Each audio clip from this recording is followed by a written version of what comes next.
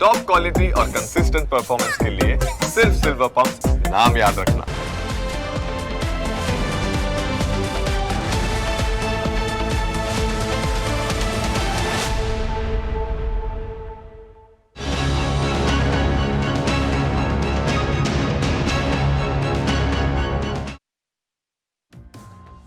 અમદાવાદ વિમાન દુર્ઘટનામાં હજુ લોકોના આંસુ સુકાયા નથી। જેમ જેમ ડીએનએ મેચ થઈ રહ્યા છે તેમ તેમ સ્વજનોને તેમના મૃતદેહ સોંપવામાં આવી રહ્યા છે, પરંતુ પોતાનાઓને ગુમાવવાનું જે દર્દ છે તે હજુ પણ આંખોમાંથી છલકાયા કરે છે।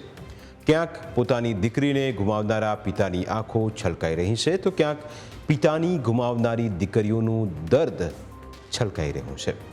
પ્લેન દુર્ઘટનામાં વડોદરાના 27 યાત્રીઓએ જીવ ગુમાવ્યા, જેમાં વડોદરાના વાસણા રોડ પાસે રહેતા દંપતી પણ સામેલ છે। દંપતીના અવસાનના પગલે 3 દીકરીઓએ માતા પિતાની છત્રછાયા ગુમાવી। વલ્લભભાઈ અને વીણાબેન લંડનમાં રહેતી દીકરીને મળવા જઈ રહ્યા હતા, પરંતુ એ દીકરીને હવે તેના માતા પિતા ક્યારેય નહીં મળી શકે। માતા પિતા સાથે વાત ન કરી શકતા દીકરીએ મૃતક માતા પિતાને સંબોધીને એક ભાવુક પત્ર લખ્યો છે, જેમાં દીકરીએ પોતાની વેદના વ્યક્ત કરી છે। જો તમે પત્રના શબ્દો સાંભળશો તો તમે પણ ભાવુક થઈ જશો। મોટાભાગના માતા પિતા તેમના બાળકો પર ગર્વ કરે છે, પણ મને મારા માતા પિતા પર ખૂબ જ ગર્વ છે। તમે બંને કેટલું અદ્ભુત જીવન જીવ્યું છે। તમે બંને ખરેખર આત્મનિર્ભર વ્યક્તિ હતા। તમે બંને હંમેશા કહેતા હતા કે આપણે બધું જાતે કરીશું, અને તમે તે કર્યું પણ ખરું। તમારી સૌથી મોટી ચિંતા એ હતી કે જો તમારામાંથી કોઈ એકનું મૃત્યુ પહેલાં થશે તો બીજાનું શું થશે, અને એવું લાગે છે કે ભાગ્યએ તમને બંનેને સાથે મોકલીને જવાબ આપ્યો છે, પરંતુ તમે બાળજુને મને વચન આપ્યું હતું કે આપણે સાંજે મળીશું, અને તે સાંજ હવે ક્યારેય નહીં આવે। હું ઈચ્છું છું કે તમે બંને જન્મો જન્મ મારા માતા પિતા બનો। પત્રમાં લખ્યું છે કે મોટાભાગના માતા પિતા તેમના બાળકો પર ગર્વ કરે છે, પણ મને મારા માતા પિતા પર ખૂબ ગર્વ છે। તમે બંને કેટલું અદ્ભુત જીવન જીવ્યું। તમે બંને ખરેખર આત્મનિર્ભર વ્યક્તિ હતા। તમે બંને હંમેશા કહેતા હતા કે આપણે બધું જાતે કરીશું, અને તમે કર્યું પણ ખરું।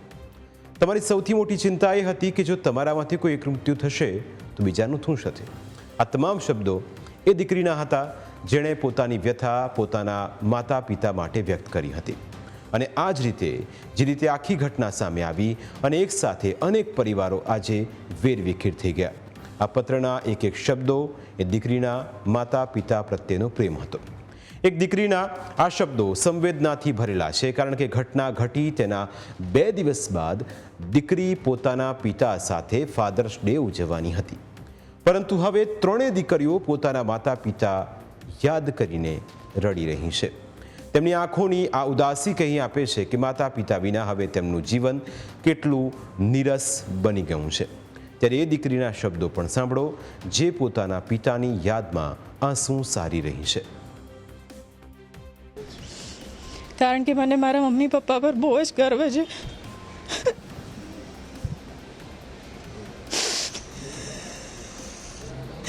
કારણ કે એમણે જે રીતે જીવન જીવ્યું છે બંને જણાએ, એમની પાસે કશું જ નહોતું, એમાંથી એમણે બધું જ જાતે મહેનત કરી અને કોઈની પણ હેલ્પ લીધા વગર એમણે આખી જિંદગી વિતાવી છે। મારા પપ્પાએ મને જ કહ્યું હતું છેલ્લે જ્યારે હું આવી હતી લાસ્ટ યર, ત્યારે કે હું ક્યારેય બને ત્યાં સુધી હું કોઈની હેલ્પ નહીં લઉં, અને એવું થયું કે એ છેલ્લી ઘડી સુધી એમણે બધી જ વસ્તુ એમની જાતે કરી છે। એમણે અમારી હેલ્પની એમને જરૂર જ નથી પડી, એમને જ જતા રહ્યા।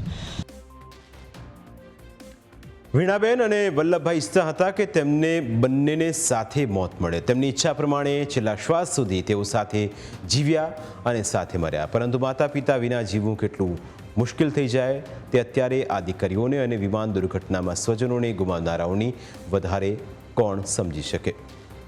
અમરેલીના વડિયાના અર્જુન પટોડિયાનો મૃતદેહ પણ પરિવારને સોંપવામાં આવ્યો। તેમની કહાણી પણ કંઈક સાથે જીવવા મરવા જેવી છે। અર્જુન પટોડિયા છેલ્લા 15 વર્ષથી લંડન સ્થાયી થયા હતા, પરંતુ તેમના પત્ની ગંભીર બીમારીથી પીડાતા હતા।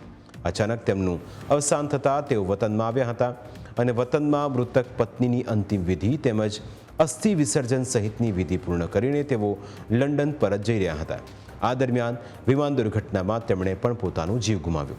તેમના નિધનથી લંડનમાં રહેતી તેમની 2 દીકરીઓ નોંધારી બની ગઈ છે. આજે વરસાદ વચ્ચે તેમની અંતિમ વિધિ કરવામાં આવી, જેમાં અર્જુનના નાના ભાઈ અને માતાએ ભારે હૈયે વિદાય આપી. અંતિમ વિધિમાં સગા સંબંધીઓ ઉપરાંત સ્થાનિક રાજકીય નેતાઓ અને નાયબ મુખ્ય દંડક કૌશિક વેકરિયા પણ જોડાયા હતા. બીજી તરફ વડોદરામાં બ્રિટિશ નાગરિકતા ધરાવતી એલ્સીના મકવાણાની પણ દફન વિધિ કરવામાં આવી. એલ્સીનાના મૃતદેહની ઓળખ થતાં એસ્કોર્ટ કારની આગેવાનીમાં એમ્બ્યુલન્સ મારફતે અમદાવાદથી તેનો મૃતદેહ વડોદરાના નિઝામપુરામાં લવાયો હતો, જ્યાં હૃદયદ્રાવક દ્રશ્યો જોવા મળ્યા. એલ્સીના થોડા સમય પહેલાં જ નિઝામપુરામાં રહેતા તેના પરિવારને મળવા આવી હતી. થોડા દિવસો પરિવાર સાથે પસાર કર્યા બાદ તે પોતાની સાથે ઘણી યાદો લઈને જઈ રહી હતી, પરંતુ પ્લેન ક્રેશમાં તેનો જીવનદીપ બુઝાઈ ગયો. વડોદરાના અંજુ શર્મા પણ પ્લેન ક્રેશ દુર્ઘટનામાં મૃત્યુ પામનારા લોકોમાંથી એક હતા. વડોદરા શહેરના સુભાનપુરા વિસ્તારમાં આવેલી અરુણાચલ સોસાયટીમાં તેઓ પોતાની નાની દીકરી સાથે રહેતા હતા અને મોટી દીકરી નિમ્મી લંડનમાં રહેતી હતી. તેઓ નિમ્મી અને તેના પરિવારને મળવા લંડન જઈ રહ્યા હતા. અંજુબેન શર્માએ પ્લેનમાં બેસતા પહેલાં બપોરે 1:05 વાગે છેલ્લો વિડીયો સોશિયલ મીડિયા કોલ કર્યો હતો અને સોશિયલ મીડિયાના સ્ટેટસમાં પણ મૂક્યો હતો. આ વિડીયો જોશો તો તમને થશે કે તેઓ કેટલી ખુશહાલ જિંદગી જીવતા હતા અને એ પણ સમજાશે કે જિંદગીનો કોઈ ભરોસો નથી હોતો.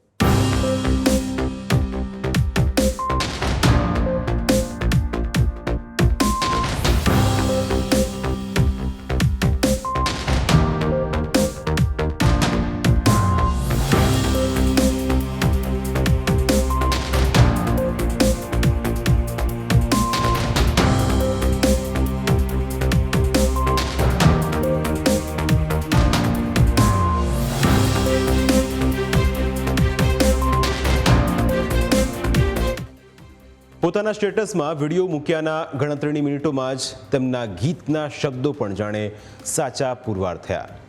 જે દીકરીને માતા લંડન મળવા આવવાની હતી તે દીકરીએ માતાની અંતિમ ક્રિયામાં સામેલ થવા વડોદરા આવવું પડ્યું.